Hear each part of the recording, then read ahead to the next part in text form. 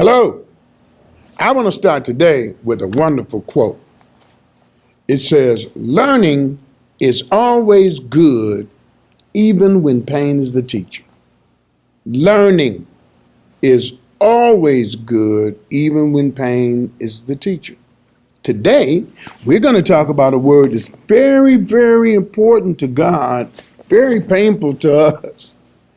Patience. Don't make that face. Stop it. Patience. We need to deal with patience among Christian people because it's important to God.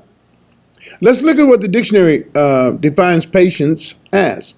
The capacity to accept or tolerate delay, trouble, or suffering, here goes, without getting angry or upset.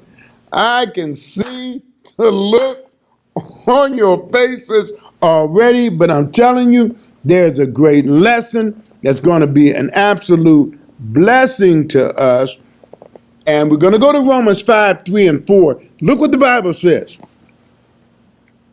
We can rejoice too when we run into problems and trials, for we know that they help us develop endurance. And endurance develops strength of character, and character strengthens our confident hope of salvation. You know what's interesting? All of us want, or most people want, a decent character. Most people want to be decent people. Most people want to learn how to get through the trials of life in the long run. So they have some desires for endurance. And we all want strength. But it's interesting. We don't want to do the things that helps us get there. And whether we like it or whether we don't, God teaches endurance in us and strength in us.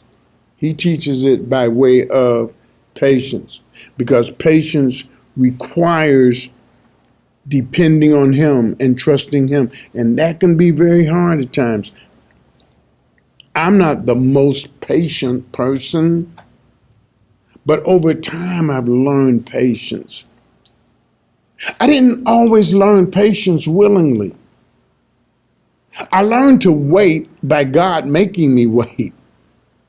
I learned that waiting on God is not the worst thing, and I didn't learn it because I was so willing to go through it. I learned it because He made me wait. Patience is something that many have difficulties with because we live in a fast-paced society.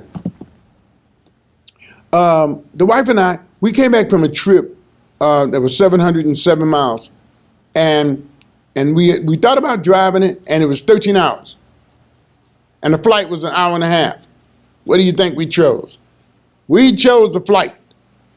And in an hour and 27 minutes, we were 718 miles from home and completely enjoyed ourselves, came back same way.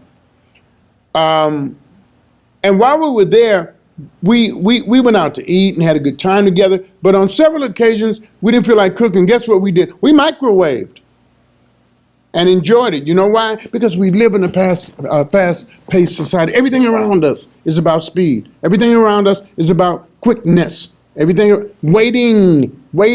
Many of you were born in this era of fast pace. I wasn't born in it, but I acquiesced to it.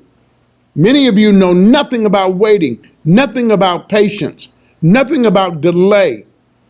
And that coincides with the nature that we're born with as Christians, that sinful nature that does not want to wait.